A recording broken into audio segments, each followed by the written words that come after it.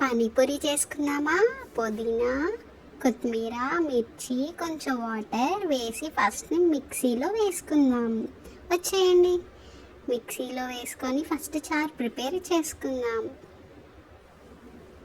ఏదైతే మనం మిక్సీ వేసుకున్నామో అది గిన్నెలో వేసుకొని బౌల్లో చింతపండు వాటర్ని ముందే నానబెట్టుకొని ఇప్పుడు ఆ మిశ్రమాన్ని మనం బౌల్లో వేసుకుందాం. సాల్ట్, ధనియా పౌడర్, గరం మసాలా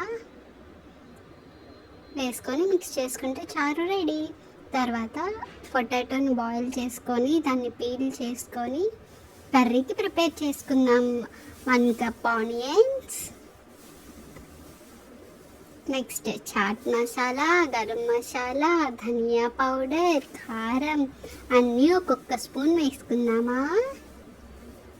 వేసుకున్నాక మనం ఏదైతే కర్రీని ప్రిపేర్ చేసుకున్నామో దాన్ని ఇవన్నీ వేసుకొని మిక్స్ చేసుకోవాలి. మిక్స్ చేసుకున్నాక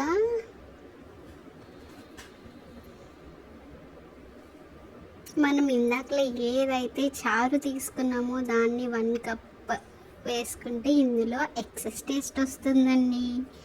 ఇప్పుడు మనం మిక్స్ చేసుకుని దాన్ని లాస్ట్లో పసుపు వేసుకొని మళ్ళీ ఇంకోసారి మిక్స్ చేసుకోవాలి. ఇప్పుడు పానీపూరి చిప్స్ కొనుక్కొని ఈజీగా ఆయిల్లో ఫ్రై చేసుకుంటే మన పానీపూరి చిప్స్ రెడీ అయిపోతాయి.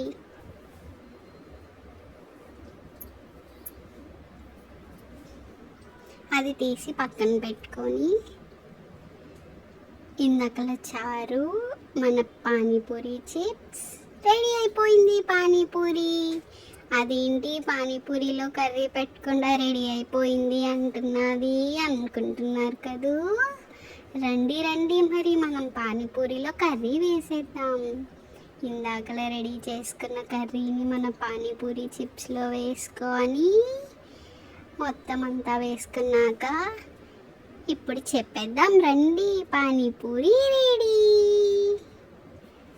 సరే ఇంతవరకు వెయిట్ చేశారు కాబట్టి ఫస్ట్ పానీపూరిలో వాటర్ వేసుకొని ఫస్ట్ ఇది కాబట్టి ఇది నేను తింటా. అండ్ మీకొకటి ఇప్పటిదాకా చూసినందుకు థ్యాంక్ యూ.